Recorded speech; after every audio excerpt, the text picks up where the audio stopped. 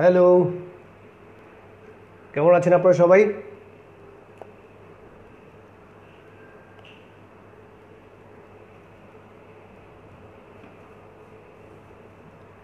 আসলে একটা অদ্ভুত সময় আমরা পার করছি, যে সময়টা হয়তো কারোরই প্রত্যাশিত ছিল না। কেউ কখনোই এইভাবে হয়তো আশা করেনি যে আমরা এতটা সময় ধরে, দীর্ঘ দিন ধরে আমরা সবাই ঘরবন্দি হয়ে থাকব। তারপরও একটা বৃহত্তর স্বার্থে আমরা নিজ গৃহে বন্দি হয়ে আছি, এবং এর মধ্যে যে শুধুমাত্র একটা সংকট, একটা কষ্ট, একটা বেদনা তা কিন্তু নয়। এর মধ্যে কোথাও আনন্দও আছে। আবুল কালাম আজাদ ইজ ওয়াচিং, প্রথম ওয়াচার। তো আমি আসলে আজকে যে বিষয়টা নিয়ে কথা বলার জন্য লাইভে আসলাম, সেটি হচ্ছে যে অনেক দিন যখন আমরা একটা ঘরে একসাথে, মানে অনেক, এটাকে স্বেচ্ছায় বলা যাবে না, এটি একটি প্রয়োজনে, একটা সময়ের প্রয়োজনে আমরা আজকে ঘরে আছি, আমরা কেউ বাইরে যাচ্ছি না। আমরা জানি যে এই মুহূর্তে আমাদের একটা ডিস্টেন্স মেনটেন করতে হচ্ছে পরস্পরের সাথে। আমরা খুব যে একদম সামাজিকতা দেখাতে পারছি, একজনের বাসায় যাওয়া, একজন আসবে, বন্ধুদের সাথে আড্ডা মারা, সেটা কোনোভাবেই সম্ভব হচ্ছে না। নাজিম, জয়, লাভ ইউ ভাইয়া। আসলে আমরা এখন এই দূর আলাপনে, আমরা এখন তরঙ্গের মাধ্যমে পরস্পরকে আমরা আমাদের ভালোবাসা, আমাদের মনের অভিব্যক্তি প্রকাশ করব, এবং সেই প্রকাশের মাধ্যমে আমরা একটা আনন্দ খুঁজে পাব। সাইফুর রহমান দেখছেন। আজকে আসলে এই বিষয়টি নিয়ে আলোচনা করার পিছনে কারণ, মানে মূল কারণটা হচ্ছে যে এই জীবনটা বা এই সময়টা আমাদের কাছে প্রত্যাশিত ছিল না, কিন্তু কখনো কখনো মনের গভীরে এক ধরনের আকাঙ্ক্ষা ছিল যে নিজের প্রিয়জনদের সাথে আমরা যদি দীর্ঘ সময় ধরে কাটাতে পারি তাহলে কেমন লাগবে। তো যদি কোনো ক্রাইসিস ছাড়া আমরা এইভাবে একসাথে একটা ঘরে আবদ্ধ হয়ে কাটাতে পারতাম তাহলে সেটা হয়তো আরও অন্যরকম লাগতো। কিন্তু এখন আমরা জানি যে একটা ক্রাইসিসের মধ্যে আছি বলে আমরা হয়তো এটাকে একটা বাইন্ডিংস মনে করছি যে আমাদেরকে ঘরে থাকতে হচ্ছে, কিন্তু আমরা মনে করি যে এটা বাইন্ডিংসের চেয়ে বড় কথা হচ্ছে এটা আমাদের একদম রেসপন্সিবিলিটি, এটা আমাদের দায়িত্ব। আমরা জানি যে করোনা ভাইরাসটা যতটা না মহামারী, এটি একটি মরণ ব্যাধি, তার চেয়ে এটি হচ্ছে মহামারী সংক্রামক ব্যাধি। এটা এত স্প্রেড করে যে আপনার আমার মাধ্যমে সে স্প্রেড করে। মানে ইন্টারেস্টিং ব্যাপার হচ্ছে করোনা কিন্তু নিজে চলতে পারে না, তার কাঁটা আছে কিন্তু তার পা নেই, তার হাত নেই যে সে হেঁটে হেঁটে আপনার কাছে চলে আসবে। একমাত্র আমরা যদি তাকে ইনভাইট করি, আমরা যদি তাকে সাহায্য করি, তাহলে সে চলতে পারে এবং আমার মাধ্যমে আপনার কাছে যায়, আপনার মাধ্যমে আমার কাছে আসে, এইভাবে সমস্ত পৃথিবীতে ছড়িয়ে যায়। তারপর আমরা দেখছি যে অনেকেই এটা মেনটেন করছেন না। আমার বিশ্বাস যে আস্তে আস্তে মেনটেন করতে হবে, এছাড়া আর কোনো উপায় নেই। কাজল মজুমদার, মিস ইউ সঞ্জু। আচ্ছা, যাই হোক, সাজুলের দিকে সঞ্জু হয়ে গেছে। আসলে মিস ইউ অল, আমরা সবাইকে মিস করছি। Manisha Sikdar is watching, Bhanudeb Nath watching. তো আমি আসলে যেই কথাটা আমরা সবাই বলতে চাই যে একসাথে যখন আমরা একই ঘরে অনেকগুলো মানুষ একসাথে থাকবো, অনেক প্রিয়জনরা একসাথে থাকবো, কখনো কখনো কিন্তু এটা খুব অস্বস্তিকর বা খুব যে আরামদায়ক তাও না। মেজাজ খিটখিটে হয়ে যেতে পারে, যে কোনো অল্প কোনো কথায় আমরা রেগে যেতে পারি। সেই জিনিসটা থেকে আমাদেরকে যেভাবেই হোক নিজেকে ওভারকাম করতে হবে। আমাদেরকে ভাবতে হবে আমরা একটা সুন্দর টাইম পার করছি, আমরাই হচ্ছি সবচেয়ে বড় লাকি জেনারেশন।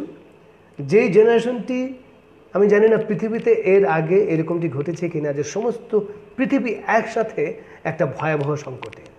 এর আগে নানা রকমভাবে রিজনালি ঘটেছে, বিভিন্ন রিজন ওয়াইজ ঘটেছে, কিন্তু একসাথে পৃথিবী কোনো সংকটে পড়েনি। আমার মনে হয় যে আমরা হচ্ছি সেই জেনারেশন যারা একসাথে পৃথিবীর সংকটের সময় আমরা সাক্ষী হয়ে আছি। তো সেটাকে একটা অর্জনও মনে করতে পারি, অ্যাচিভমেন্টও মনে করতে পারি, এবং আমরা সেটা মনেও করছি যে আমরা হয়তো আমাদের পরবর্তী জীবনটা কাটিয়ে দিতে পারবো এই সময়ের গল্প করে। এই সময় আমরা হয়তো বলতে পারবো আমাদের সন্তানদেরকে যখন আমাদের ছেলেমেয়েরা বড় হবে তখন বলতে পারবো যে তোমাদের ছোটোবেলায় পৃথিবীতে এমন একটি ঘটনা ঘটেছিল, তখন একটা ভাইরাস এসেছিল, যে ভাইরাসের নাম হচ্ছে করোনা। করোনার অনেকগুলো কাঁটা ছিল, সেই কাঁটা দিয়ে পুরো পৃথিবীকে একটা অস্থির অবস্থায় রেখেছিল। তা আমরা ধরে নেই যে এই ব্যাপারটাকে নিয়েও আমরা এক ধরনের উচ্ছ্বসিত থাকতে পারি, যে শুধুমাত্র কষ্ট, বাইরে না যাওয়ার বেদনা তা নয়। আপনি একবার চিন্তা করেন যে আপনার পরিবারের মানুষটির সাথে এইভাবে একসাথে দীর্ঘ সময় কখন কি কাটিয়েছেন? আমি তো কাটাইনি। আজকে আমার খুব কাছের বন্ধু সৌদ বলতেছিল যে তোমার জ্ঞান হওয়ার পর কখনো এইভাবে কাটিয়েছো? তা আমি ওকে বলছিলাম যে জ্ঞান মানে কি, আমি অজ্ঞান হওয়া অবস্থায়ও কখনো এইভাবে কাটিয়েছি কিনা আমি জানি না। আসলে এই একসাথে কাটাতে গিয়ে কিন্তু আমরা অনেক কিছু আবিষ্কার করছি। আমার কাছে মনে হচ্ছে যে আমার জীবনের এমন অনেক কিছু আছে যেটা হয়তো আমি আমার প্রিয়জনকে কখনো শেয়ার করিনি। আমি আমার সন্তানকে শেয়ার করিনি, আমার স্ত্রীকে শেয়ার করিনি, আমার মাকে শেয়ার করিনি, আমার ভাই বোনকে শেয়ার করিনি। তো এই যে একটা চান্স, কিংবা হয়তো শেয়ার করতে চেয়েছিলাম, আমরা সময় পাইনি, আমরা এত কর্মব্যস্ততায় ছিলাম, আমাদের সন্তানদের বেড়ে ওঠা আমরা স্পষ্ট দেখতে পারিনি আমাদের কর্মব্যস্ততার কারণে। কিংবা আমাদের সন্তানরাও ভেবেছিল জীবনের সংজ্ঞা বোধ হয় অনেকটা এইরকমই, যে সবাই বাইরে থাকবে, মাঝে মাঝে আসবে, দিনে সবসময় মানুষগুলো বাসায় থাকবে না। তো ওরা এখন বুঝতে পারছে জীবনের সংজ্ঞাটা অন্যরকমও হচ্ছে। তো সেই জন্য আমার মনে হয় যে এই সময় অনেকে ক্রান্তি হয়ে যাচ্ছে, অনেকে খিটখিটে হয়ে যাচ্ছে, তাতে কিন্তু একসাথে থাকাটা, একসাথে ঘরে এতদিন থাকাটা খুব ডিফিকাল্ট হয়ে যাবে। আমাদের প্রতিটা ছোট ছোট বিষয়ে আমাদের আনন্দ খুঁজে বের করতে হবে। আপনারা জানেন যে জীবনযাপনের শিল্পকলা, মানে বইটা আসলে আদ্রে মারোয়ার একটি বই, আমার খুব প্রিয় একটি বই। এই বইটি আমি একটু দেখাতে চাই যে এই বইটি সময় এবং সুযোগ পেলে এই বইটা পড়ার চেষ্টা করি, কারণ এই বইটা অনেক মানে ইন্সপায়ারেশন কাজ করে আমার মধ্যে। যে এইখানে হচ্ছে যে জীবনযাপনের শিল্পকলা। আমরা জানি যে ফরাসি কথাসাহিত্যিক আদ্রে মারোয়ার এই বইটি হচ্ছে দ্য আর্ট অফ লিভিং, এটি অনুবাদ করেছেন কবির চৌধুরী স্যার। এই বইটি পড়লে আমি অনেক উজ্জীবিত হই। প্রতিটা সময়ের যে একটা শিল্পকলা আছে, প্রতিটা সময়ের যে একটি আর্ট আছে, প্রতিটা মুহূর্তের যে একটা সৌন্দর্য আছে, এই কথাগুলো এখানে আছে। মানে সন্তানের সাথে পিতার একটা সৌন্দর্য আছে, স্ত্রীর সাথে স্বামীর সম্পর্কের একটা সৌন্দর্য আছে, মায়ের সাথে তার সন্তানের একটা সম্পর্কের সৌন্দর্য আছে। শুধুমাত্র এই সৌন্দর্যগুলোকে আমাদের নোটিস করতে হবে। প্রত্যেকটা মানুষের কিছু ভালো দিক আছে, কিছু মন্দ দিক আছে।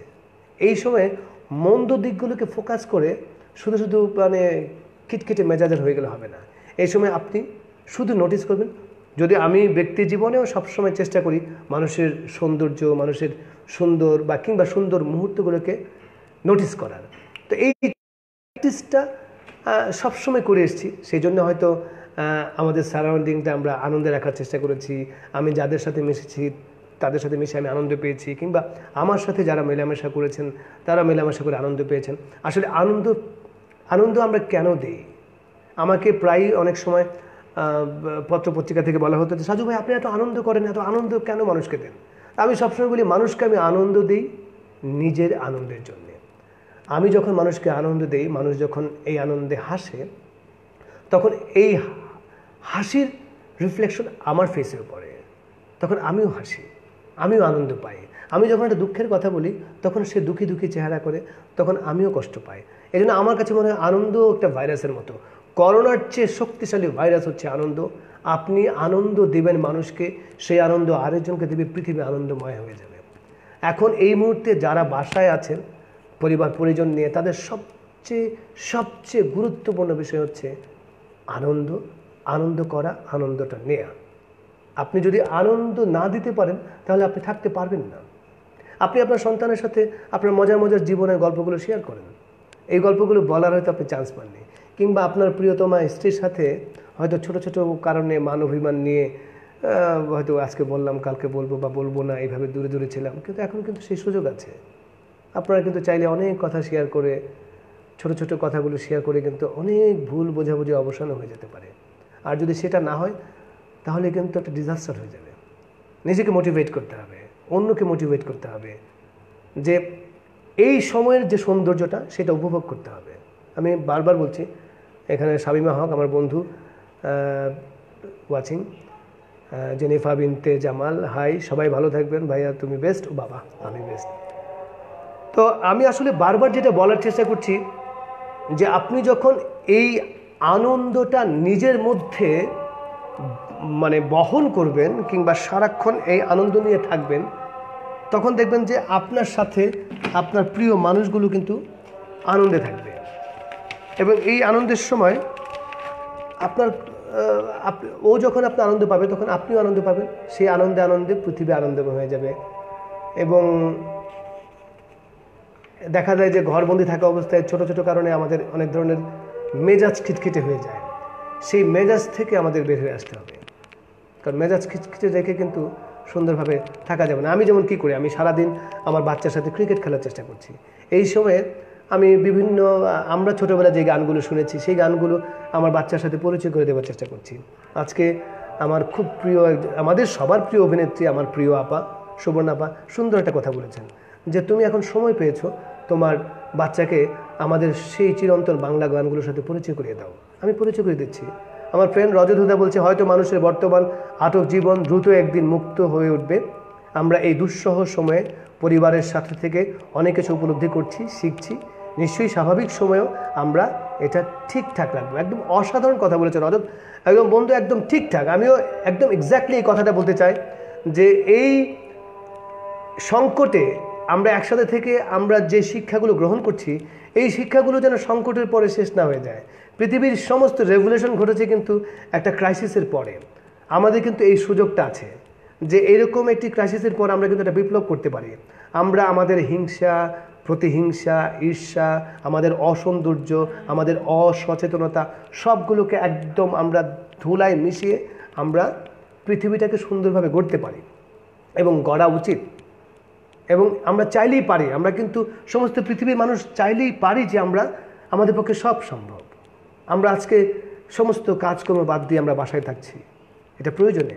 তো পৃথিবীকে গড়ার প্রয়োজনেও কিন্তু আমরা আমাদের সমস্ত ডিসিপ্লিন মেনটেন করতে পারি, পৃথিবীটাকে সুন্দর রাখতে পারি। আজকে এই ঢাকা শহরে এত সুন্দর ফুটপাথ, এত সুন্দর রাস্তাঘাট আমরা এখন টের পাচ্ছি, কিন্তু আমরা মানুষ যেখানে সেখানে খেয়ে দিয়ে থুতু ফেলে দেই, খাবারের প্যাকেট ফেলে দেই, ডাস্টবিন থাকা সত্ত্বেও পানের পিক তার পাশে ফেলছি কেন?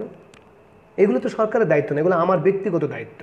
সব সরকার করে দেবে তা তো নয়। আমি আমার বাসার বেডরুমটা যদি সাজিয়ে গুছিয়ে রাখতে পারি, তাহলে সমস্ত শহরটা তো আমার বাসার একটা বেডরুম হতে পারে। সেটাকে আমি সাজিয়ে গুছিয়ে রাখতে পারি না? এবং অবশ্যই আমরা রাখবো। আরেকটা জিনিস, সবসময় আমাদেরকে প্রত্যাশার কথা বলতে হবে, মানে মানুষকে উজ্জীবিত করার কথা বলতে হবে। নৈরাশ্যবাদী মানুষকে আমি পছন্দ করি না। আমরা প্রায় দেখি ফেসবুকে কে কি করলো, কে কি দোষ করলো, কে ঠিক মতো করতে পারলো না, সারাক্ষণ ওর এটা দায়িত্ব ছিল, তার ওটা দায়িত্ব ছিল। কার কি দায়িত্ব ছিল সেটা তার দায়িত্ব, আমি আমার নিজের দায়িত্ব পালন করব। আমার দায়িত্ব হচ্ছে আমি এখন এক ধরনের ডিস্টেন্স মেনটেন করে চলা। আমার হাত যত্র মুখে দেব না, আমাকে হাত ধুয়ে রাখতে হবে, আমাকে পরিষ্কার পরিচ্ছন্ন থাকতে হবে, কারোর সাথে আমি ফ্রিকোয়েন্টলি মেলামেশা করব না, এটা আমার দায়িত্ব। প্রতিটা মানুষ যদি সেই দায়িত্ব পালন করতে পারে তাহলেই তো আমরা এই করোনাকে মোকাবেলা করতে পারবো। কিন্তু আমরা সেটা করছি না, আমরা খালি খুঁজতেছি যে আমার দায়িত্ব কি, সেটা বড় কথা না। বড় কথা হচ্ছে অন্যরা কি দায়িত্ব পালন করছে কিনা। আপনি আপনার দায়িত্ব পালন করুন, আমি আমার দায়িত্ব পালন করি, পৃথিবীর সবাই দায়িত্ব পালন করবে। আমাদের দেশের মানুষ অদ্ভুত লকডাউন দেখার জন্য বের হয়ে আসতেছে, যে লকডাউনটা দেখতে কেমন। অনেকে আমরা হয়তো জানি যে জীবনযাপনের জন্য বের হতে হচ্ছে, সেই মানুষগুলোর কথা আমরা বাদ দিলাম। সেই মানুষগুলোর ইমিউন সিস্টেম হয়তো আপনার আমার চেয়ে অনেক ডেভেলপ। আমরা জানি যে এমন বাংলাদেশে এমন অনেক মানুষ আছে যাদের চাল নেই, চুলো নেই, তাদেরকে বাইরে থাকতে হচ্ছে। কিন্তু তারা যদি করোনায় আক্রান্ত নাও হয়ে থাকে, আমি আর আপনি কিন্তু করোনায় আক্রান্ত হয়ে তাকে গিয়ে আক্রান্ত করছি। তার প্রতি যদি সহানুভূতি দেখাতে চান তাহলে ডিস্টেন্স রাখেন। অবশ্যই আমরা সবাইকে সাহায্য করব, আমরা ত্রাণ দেব, কিন্তু সেটা একটা সিস্টেম থাকতে হবে। ত্রাণ দেবার নামে আমি ছবি তুলে আবার সেই ত্রাণ ফেরত নিয়ে আসবো, এই ত্রাণ দেবার কোনো মানে নেই। আমাদের প্রশাসনিক লোকগুলো দিন রাত খেটে যাচ্ছে, তাদের কাছে ত্রাণ পৌঁছান, তার ত্রাণ পৌঁছে দেবে। শুধুমাত্র আমরা দেখছি কিছু অসাধু জনপ্রতিনিধি বিভিন্ন অঞ্চলের, তারা যাদের কোনো দল নেই, মত নেই, কোনো আদর্শ নেই, তারা চাল চুরি করতেছে। 5 বস্তা চাল তারা মাটির নিচে রেখে দিচ্ছে। তারা তেল চুরি করতেছে। তারা মানুষের পর্যায়ে পড়ে না, তারা করোনার চেয়েও ভয়ঙ্কর। তাদের হয়তো কাঁটাগুলো দেখা যাচ্ছে না, কিন্তু তাদের ইনভিজিবল কাঁটা প্রচুর। এই মানুষগুলোকে আমরা চিনে রাখবো, আমরা চিনে রাখছি, তাদেরকে আমরা ক্ষমা করব না। আমরা হয়তো আমাদের করোনার ভ্যাকসিন আবিষ্কার করে ফেলবো, কিন্তু ওদের ভ্যাকসিন আমরা প্রত্যেকটা নাগরিক আমরা নিজেরা আমরা তাদেরকে বর্জন করব, তাদেরকে আমরা কোনোভাবেই আমাদের জনপ্রতিনিধি বানাবো না, আমরা বানাবো না। সবচেয়ে সত্যি কথা বলতে কি, আমরা জনগণ যদি সচেতন হই, আমি এর আগেও বলেছি, রাষ্ট্র মানুষ চালায়, যন্ত্র চালায় না। রাষ্ট্র আমি আর আপনি চালাই, জনগণ চালায়। তো প্রত্যেকটা জনগণ যদি সচেতন হয়, আমরা জানি যে আমরা একটা সুন্দর দিন আমাদের সামনে আসবে, সেই প্রত্যাশায় আমরা আমাদের সময়টাকে সুন্দরভাবে পার করতে পারি। আমরা অনেকেই হয়তো বলছি যে আমরা বই পড়বো, ছবি আঁকবো, গান গাইবো। কখনো কখনো এটা হয়তো এনজাইটির মধ্যে সম্ভব হয়ে ওঠে না। আমি আমার নিজের অভিজ্ঞতায় বলি যে যখন অনিমেষ আইচ বলছে ওয়েল সেড, অনিমেষ তোমার মতো করে সুন্দর করে কথা বলতে পারছি না, কিন্তু জানি না যতটা পারি বলার চেষ্টা করছি। মাহবুব রশিদ বান্না, জাহিদ ভাই, অনেকেই দেখছেন, আমি জানি না আসলে যান্ত্রিক হলো যদি ডিস্টেন্স রেখে আমরা উচ্চস্বরে গান গেয়ে আমাদের তো গায়ক হবার দরকার নেই। আমাদের সুর থাকুক, সুর না থাকুক, আমরা সুরে বেসুরে চিৎকার করে গান গেয়ে আমরা একটা ফুর্তিতে রাখতে পারি। বাংলাদেশ, আমাদের এই বাংলাদেশ একটা সোনার বাংলাদেশ। আমরা একটা রক্তক্ষয়ী যুদ্ধের মাধ্যমে আমরা এই দেশটাকে স্বাধীন করেছি। আমরা কিন্তু একটা ডাকে ঝাঁপিয়ে পড়েছি। আমাদের কোনো অস্ত্র ছিল না, আমাদের শুধু ছিল মনোবল। আমরা সেই মনোবল দিয়ে কিন্তু আমরা দেশটাকে স্বাধীন করেছি। এখনও আমাদের মনোবল আছে। সরি, কারণে, নেটওয়ার্কের প্রবলেমের কারণে কিছুটা বিচ্ছিন্ন হয়ে যাচ্ছে। আসলে নেটওয়ার্কের প্রবলেম হওয়াটা খুব স্বাভাবিক। এখন সমস্ত প্রেশার হচ্ছে এই নেটওয়ার্কের উপরে, এবং অদ্ভুত বিষয় হচ্ছে প্রকৃতিও জানে যে কখন আসলে আমাদেরকে একটা দুঃসময় রাখা দরকার। যদি কোনো কারণে আজকে এই নেটওয়ার্কের ব্যবস্থাটা আমাদের না থাকতো, আমাদের জীবনে না থাকতো, তাহলে এই দুঃসময় আমরা যে কীভাবে কাটাতাম আমরা জানি না। হয়তো আরেকটা পদ্ধতি বের হয়ে আসতো, কারণ মানুষ হচ্ছে সবচেয়ে বেশি নিজেকে অভ্যস্ত করে নেবার মতো একটা প্রাণী। আমি প্রায় 2006 সনে আমি একটা মঞ্চে একটা প্রোডাকশন করেছিলাম। প্রোডাকশনটির নাম ছিল সুপার গ্লু। এই সুপার গ্লুতে আমি এটা বোঝানোর চেষ্টা করেছিলাম যে মানুষের জীবনের চিন্তা চেতনা, তার স্ট্রাকচার, তার জীবনযাপনের এটি পরিবর্তন হতে পারে। আমরা যেই মানুষের রচনা লিখি, একটি মুখ, দুটি চোখ, একটি কান, একটি নাক, এই সংজ্ঞা হয়তো কোনো এক সময়ে চেঞ্জ হয়ে যেতে পারে। তো সেরকম একটি কনসেপ্ট নিয়ে একটা মঞ্চ প্রোডাকশন করেছিলাম। প্রোডাকশনটির নাম ছিল সুপার গ্লু। যে সুপার গ্লুর কিছু আমি অনেক দিন পরে, যেহেতু বাসায় দীর্ঘ সময় ধরে আমরা আছি, সেই জন্য অনেক দিন পর আমি আমার পুরনো ডায়েরিগুলো খুঁজে কিছু সংলাপ পেয়েছি। অদ্ভুতভাবে এই সংলাপগুলো এখনকার সাথে মিলে যায়। ওই গল্পেও কিছু লোক একটা দ্বীপে আটকা পড়ে যায়। সরি, আবারও ওই একই অবস্থা হচ্ছে। তো যেটা বলছিলাম যে ওই দ্বীপে আটকে যাবার পর তাদের বাকি জীবনের ইতিহাস দ্বীপেই হয়। তো দ্বীপে প্রায় 7 জন মানুষ একসাথে অ্যাটাচড হয়ে তারা যখন আটকে যায়, তাদের জীবনের তখন সংজ্ঞাই হয় মানুষের 14টি হাত, 7টি মুখ, এবং তাদের বাচ্চাও হয় এই স্ট্রাকচারে। তখন তারা বলতো, কোনো এক জীবনে লোকালয় ছিল, সে এখন আমাদের আবছা একটি গল্পের মতো। তো এখন এই অবস্থায় এসে মনে হয় যে আমরা কোনো এক জীবনে বন্ধুরা মিলে আড্ডা মেরেছি, কোনো এক জীবনে আমরা ঠাস করে বাসা থেকে বেরিয়ে গাড়ি নিয়ে দূরে চলে গেলাম, কোনো এক জীবনে আমরা মনে হলো যে রেস্টুরেন্টে খাবো। এবং কয়েকদিন আগে আমি একটা সিনেমা দেখতে গিয়ে দেখি একটা সিনেমাতে রেস্টুরেন্টে বসে কিছু লোক খাচ্ছে। তা আমি অবাক হয়ে তাকিয়ে রইলাম, এই করোনার সময় তারা রেস্টুরেন্টে বসে খাচ্ছে। পরে ভাবলাম যে তখন তার করোনা ছিল না।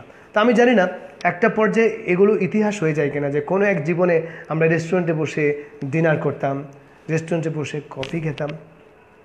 হয়তো এগুলো যদি ইতিহাস হয়ে যায়, আমার মনে হয় তার চেয়ে সুন্দর সুন্দর গল্প আমাদের সামনে আসবে, সুন্দর সুন্দর ঘটনা আমাদের সামনে আসবে, সুন্দর কোনো জীবন আমাদের সামনে আসবে, যেই জীবনকে উপভোগ করার প্রত্যাশায় আজকে আমরা সাময়িকভাবে লকডাউন হয়ে আছি। এই লকডাউনটাকে কোনোভাবেই আমাদের জীবনের একটা চাপ হিসাবে নেবার দরকার নেই। আমরা এটাকে চাপ হিসাবে নিচ্ছি না, এটাকে আমাদের দায়িত্ব হিসাবে নিচ্ছি। আর একটা জিনিস ভাবুন তো, আমরা যারা নিজ গৃহে, নিজ বাসায় প্রিয়জনদের সাথে সাবধানে বসে আড্ডা মারছি, গল্প করছি, আমরা তো এক ধরনের ভালোই আছি। কিন্তু যে মানুষগুলো যেই সাহসী যোদ্ধারা আজকে তাদের প্রিয়জনকে ছেড়ে মাঠে ঘাটে রাস্তায় আছেন আমাদের নিরাপত্তা দেবার জন্যে, আমাদের সেবা দেবার জন্যে,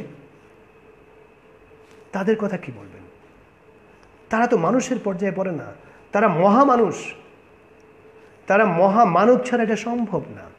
নিজের জীবনের ঝুঁকি নিয়ে আজকে দেখেন বাংলাদেশ পুলিশ, আমরা সময়ে অসময়ে আমরা অনেক সময় অনেক কথা হয়তো বলে ফেলি আবেগের জোরে।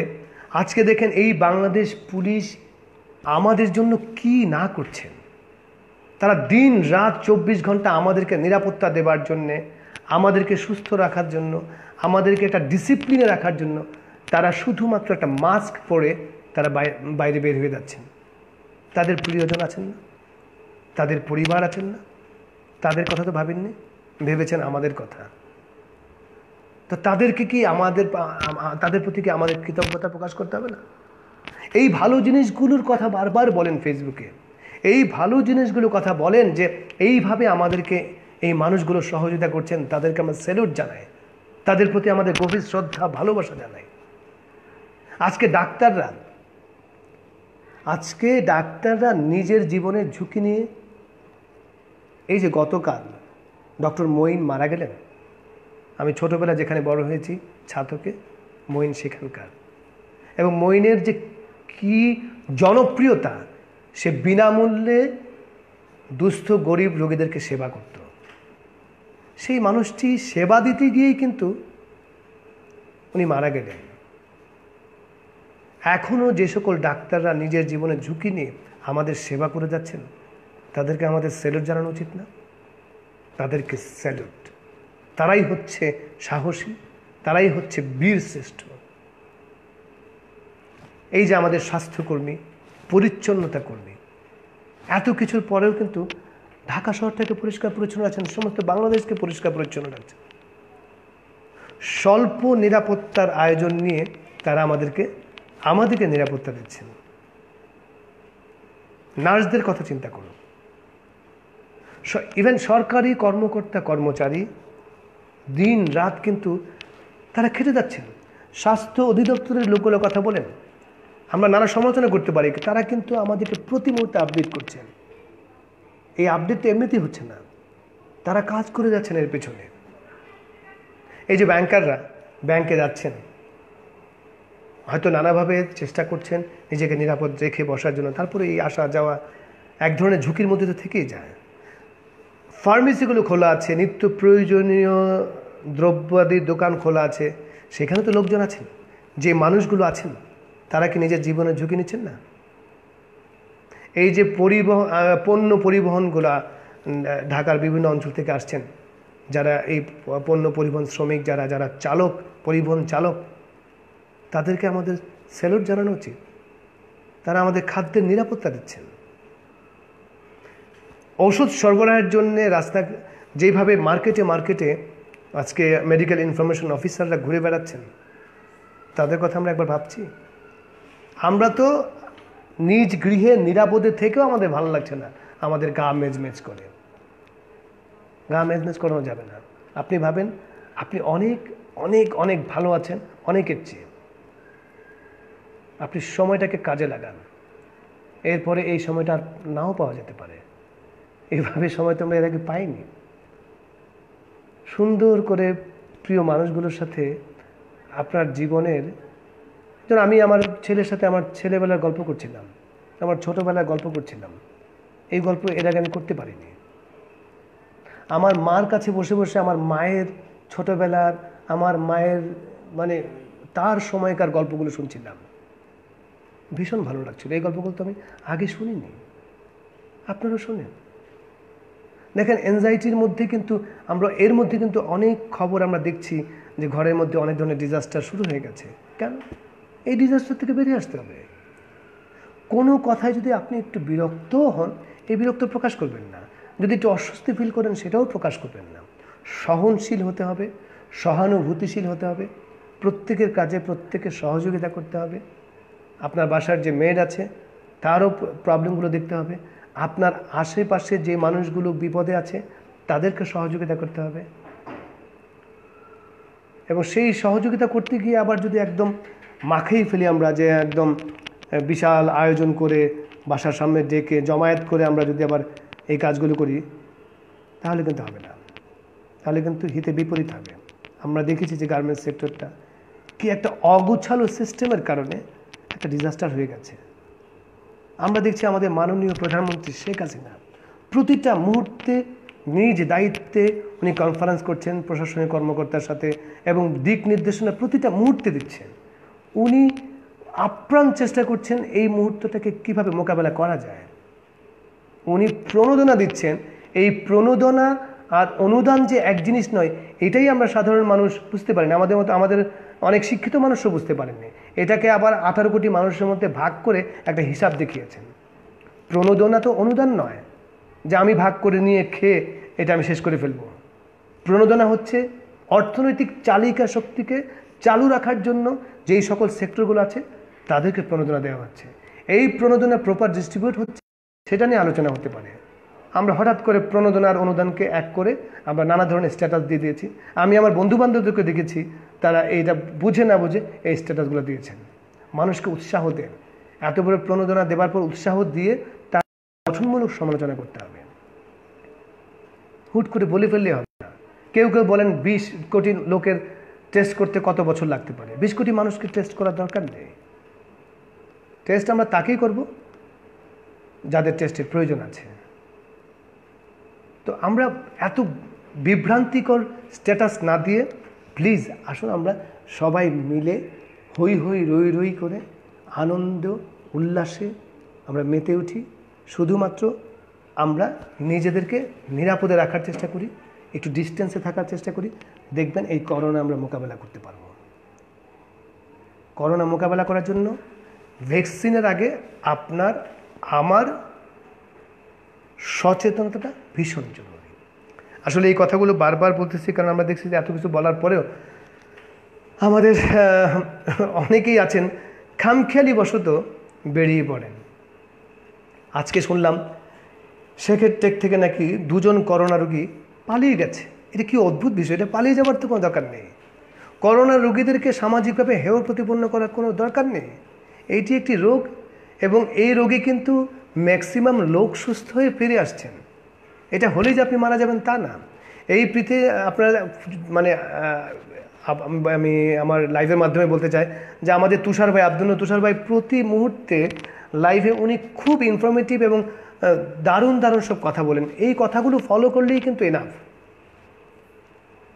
শুধুমাত্র এই কথাগুলো ফলো করেন, কারণ করোনা ভাইরাস পৃথিবীতে এর আগেও ছিল। এখন যে নতুন করোনা ভাইরাসটি এসেছে যেটাকে আমরা বলি কোভিড-19, এটি একটি নতুন ভাইরাস যার অসংখ্য কাটা কিন্তু চরিত্রহীন। যেই ভাইরাসের কোনো চরিত্র নাই। আপনারা জানেন যে চরিত্রহীন মানুষকে মোকাবেলা করা যায় না, আর সেটা চরিত্রহীন ভাইরাস। মানে সে নিজেকে এতবার মিউটেশন করেছে যে তাকে গবেষকরাও ঠিক মতো ধরতে পারছে না, ডেফিনেটলি বলতে পারছে না তার আসলে প্রবলেমটা কী। শুধু এইটুকু আমরা ডেফিনেট হতে পারছি যে আমরা যদি নিরাপদ দূরত্বে থাকি, আমরা যদি হাঁচি কাশি শিষ্টাচার মেনটেন করি, আমরা যদি যত্রতত্র থুতু না ফেলি, আমরা যদি হাত ধুয়ে প্রপার স্যানিটাইজার দিয়ে হাত পরিষ্কার রাখি, আমরা যদি আমাদের ঘর পরিষ্কার রাখি, আমরা যদি আমাদের কাপড় পরিষ্কার রাখি, তাহলেই কিন্তু আমরা করোনা থেকে মুক্ত হতে পারি। আর করোনা হয়ে গেলেই আপনি বিপদে পড়ে গেলেন তা না। হ্যাঁ, করোনা হলে বড় বিপদ হচ্ছে যে আপনার মাধ্যমে আরেকজনকে ছড়াতে পারে। শুধুমাত্র সেই জন্যেই সবাইকে বলা হচ্ছে আমরা জানি না কার করোনা, আপনাকে টেস্ট করার দরকার নেই, আপনি ধরেই নেন আপনার করোনা হয়েছে, সো আপনি বাসা থেকে বের হবেন না। আপনার দ্বারা মনে রাখবেন, আমি এর আগেও বলেছি এখনও বলছি, এখন সেই মানুষটি হচ্ছে রিয়েল হিরো যার দ্বারা একজন লোক করোনায় আক্রান্ত হবেন না এবং যিনি কোনোভাবেই আরেকজনের দ্বারা করোনায় আক্রান্ত হবেন না। আমরা ধরে নিচ্ছি 20 কোটি মানুষেরই করোনা হয়েছে। সো 20 কোটি মানুষ প্লিজ নিজ নিজ দায়িত্বে একটা নিরাপদ দূরত্বে থাকুন। আমি মনে করি আমার করোনা হয়েছে তাই আমি বাইরে যাব না, কারণ আমার দ্বারা আরেকজন ছড়াতে পারে। এইভাবে প্রত্যেকটা মানুষ যদি মনে করেন যে আমার দ্বারা আমি অন্য কাউকে করোনা ছড়াবো না, তাহলে কিন্তু কয়েকটা দিন, আপনার 7 থেকে 14টা দিন যদি আমরা এটা মেনটেন করতে পারি, আমরা করোনা মুক্ত হয়ে যাব। কিন্তু আমরা এটা মেনটেন না করে যদি আমরা মনে করি আমাদের একটু বাড়ি যেতে হবে, আমাদের একটু মোড়ে গিয়ে একটু সিগারেট খেতে হবে, আমাদের ওটা করতে হবে, সেটা করতে হবে, আর আমরা ধরে নিচ্ছি আমি একাই বের হচ্ছি, সমস্যা নাই। কিন্তু এরকম প্রত্যেকটা মানুষই যদি মনে করেন যে একাই বের হচ্ছি, বের হয়ে দেখলেন সবাই বের হয়ে গেছেন, তাহলে মনে রাখবেন যে সবাই করোনায় আক্রান্ত হয়ে গেছে। বারবার বলছি একই কথা বারবার বলছি, আপনারা বের হবেন না। প্রয়োজনীয় কাজ বলা হচ্ছে বলে প্রয়োজনীয়তার কোনটা আপনার আসলে প্রয়োজন সেটাও বুঝতে হবে। এখন আমার ভালো লাগছে না, রাস্তায় হাঁটতে বেরোবো, এটাও যদি আমার প্রয়োজন হয় তাহলে তো হবে না। সো এই ব্যাপারগুলো আপনারা একটু বোঝার চেষ্টা করবেন, যে এখানে আপনারা যারা আজকে এই লাইভে অ্যাটেন্ড করেছেন, রনি আহমেদ, রনি ভাই লুকিং গুড ব্রো। এখন আসলে গুড আর লাগার কিছু নেই। Nasir Ahmed is watching. নাসির ভাই আমরা একসাথে ছোটোবেলা একই বিল্ডিংয়ে ছিলাম। দাদা ভাই আসসালামু আলাইকুম। Rusho Sheikh is watching. Faria Parvin Latifa is watching. Shihab Harun watching. অনেকেই রজত সুন্দর কথা বলেছেন। তো যাই হোক, আমরা আসলে আমাদের জাহিদ ভাই ওয়াচিং। আমি জানি না, অনেক কথাই বলে ফেললাম আসলে। কাউকে সবাই যারা এখানে আছেন অনেকেই আমার চেয়ে গুরুজনরা আছেন, তারা আমার চেয়ে ভালো জানেন, ভালো বোঝেন। তারপরও আমি আমার পক্ষ থেকে যতটুকু বলা দরকার আমি বলছি। Chanchal Chowdhury is watching. বারবার বলছি, বাসায় আছেন, সুস্থ আছেন, বাসার প্রিয় মানুষজনদের সাথে দারুণ সুন্দর সময় পার করেন। বারবার প্রিয়জনদেরকে বলেন আমরা লাকি জেনারেশন, যে আমরা এতগুলো দিন সুযোগ পেয়েছি একসাথে থাকার, একসাথে বসার, একসাথে গল্প করার। এই সুযোগ হয়তো আমাদের পূর্ববর্তী জেনারেশনও পায়নি, এর পরে জেনারেশনও পাবে কিনা জানি না। তো এর মধ্যে সৌন্দর্যগুলো খুঁজে বের করে জীবনটাকে উপভোগ করুন এবং সুস্থ থাকুন, ভালো থাকবেন। কোনো কথায় যদি কেউ বিন্দুমাত্র আঘাতও পেয়ে থাকেন ক্ষমা করে দিবেন। সব কিছুই বলার চেষ্টা করেছি সামগ্রিক ভালোর জন্যে। দেখেন, আমাদের যে সকল বন্ধুরা এখন আমেরিকায় থাকেন, কানাডায় থাকেন, অস্ট্রেলিয়ায় থাকেন, একটা সময় ছিল আমাদের দেশের নানা ক্রাইসিসের সময় তারা ফোন দিয়ে বলতো, কী রে তোদের দেশের কি অবস্থা, এখন কি করব, সাহায্য পাঠাবো নাকি?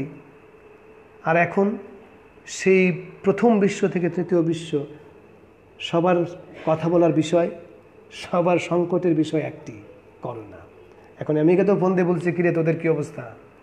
ওরাও ফোন দিয়ে তোদের কী অবস্থা? ওরাও বলছে আমরা ঘরে বন্দি, আমরাও বলছি আমরা ঘরে বন্দি। এই যে একটা মানে আমরা যদি বলি যে সাম্য, এই যে সকলের যে এক ধরনের সমান অবস্থান, এটাও কিন্তু একটা আনন্দের। পৃথিবীর সবাই এখন একই ক্রাইসিসে, যেহেতু আমরা সবাই একই ক্রাইসিসে আছি।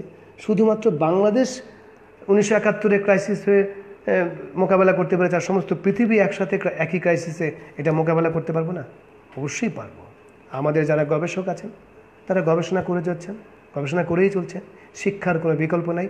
আমরা আবারও বুঝতে পারছি, এখনও আমরা অনেক অশিক্ষিত মূর্খদেরকে শুনি যে স্বপ্নে পাওয়া জিনিস খেয়ে নাকি করোনা ভালো হয়ে যাচ্ছে। আফ্রিকায় নাকি ডেটল খেয়ে 60 জন লোক মারা গেছেন। সেখানকার একজন পাদ্রী বলেছেন যে আমিও জানি ডেটল খেলে মারা যাবে, কিন্তু আমি স্বপ্ন দেখেছি। আমাদের দেশে থানকুনি পাতা খুঁজতে খুঁজতে পাতা শেষ করে ফেলেছে। এই সকল অন্ধকার কুসংস্কার আচ্ছন্ন মানুষগুলোকে এখনও সময় আছে, আপনারা বুঝতে শিখুন। পৃথিবীটাকে আলোকিত করার জন্য শিক্ষার কোনো বিকল্প নেই।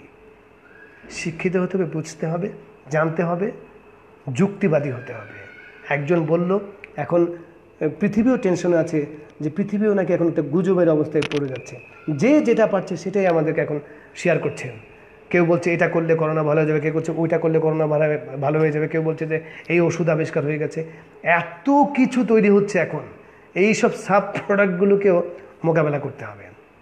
মনে রাখবেন, পৃথিবী যখন ভ্যাকসিন আবিষ্কার করে ফেলবে, আজ হোক কাল হোক, এটি আপনার আমার কাছে এমনিতেই চলে আসবে, এটি মেসেঞ্জারে চলে আসবে না। এটি এমনিতেই আসবে। মেসেঞ্জারে যারা এইভাবে মানুষকে আতঙ্কিত করে দেন, প্লিজ আতঙ্কিত করবেন না, সচেতন করুন। খুব ভালো ইনফরমেটিভ কিছু থাকলে শেয়ার করতে পারেন, কিন্তু যা তা শেয়ার করার দরকার নেই। মানুষকে সাহস দেন, মানুষকে উজ্জীবিত করেন, প্রত্যাশার কথা বলুন, ভালোবাসার কথা বলুন, আনন্দের কথা বলুন, চেতনার কথা বলুন, সুন্দর স্বপ্নের কথা বলুন। সুদিনের প্রত্যাশা নিয়ে সুদিন আসবে এই অপেক্ষায় আজকে আমি আপনাদের কাছ থেকে লাইভ থেকে বিদায় নিচ্ছি। আপনারা সবাই ভালো থাকবেন। আমি লাইভে খুব একটা অভ্যস্ত না, মানে আমি আমার মতো করে বক করে গেছি, আমি একা কথা বলতে পারি না। আমার সাথে যদি কেউ থাকতো তাহলে হয়তো কথাটা বলে আর আনন্দ পেতাম। আপনারা হয়তো বলছেন যে এত কথা বলার পর বলতেছিস কথা বলিস না, মানে আমি কি বলেছি আমি নিজেও জানি না। তা আপনারা ভালো থাকবেন, কথা হবে, দেখা হবে, সুস্থ থাকবেন, নিরাপদে থাকুন।